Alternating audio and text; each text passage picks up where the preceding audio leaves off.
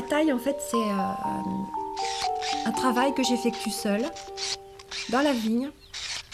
Je suis dans mon univers, il y a le silence qui règne, il y a une ambiance particulière. En fait, je me retrouve avec moi-même. Et c'est une période pour moi qui est très importante parce que après tout le chaos, je veux dire tous les mouvements qu'il y a eu autour des vendanges, il y a une animation très forte, une pression aussi très forte.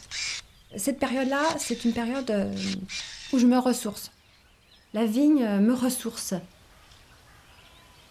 Entre Florence et sa vigne, c'est une histoire de passion. L'histoire d'une jeune femme partie grandir au-delà des mers et qui revient. L'histoire d'un vieux vignoble abandonné entre Champagne et Bourgogne et qui revit. Ici, à Coiffy-le-Haut, tout au sud de la Haute-Marne, quelques irréductibles ont décidé de ressusciter l'une des plus petites appellations de France et de lui redonner un avenir.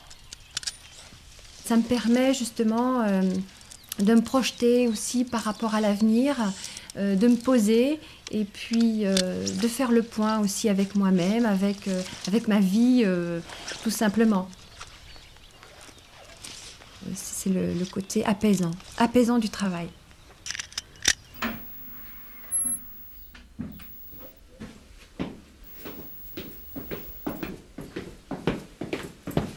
À l'âge de 14 ans et demi, j'avais pris la décision, en fait, de rentrer dans les ordres. Je voulais être sœur missionnaire. Et à 14 ans et demi, il se trouve que j'ai rencontré Pierre. Et là, j'ai eu le coup de foudre. Et je me suis dit, non, je ne rentre plus dans les ordres. Je ferai sûrement peut-être ma vie avec ce garçon-là.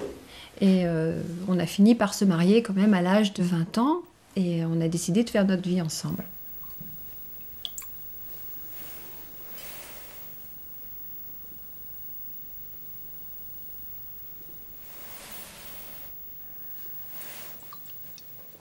Toi, le premier-né est floral. Hein.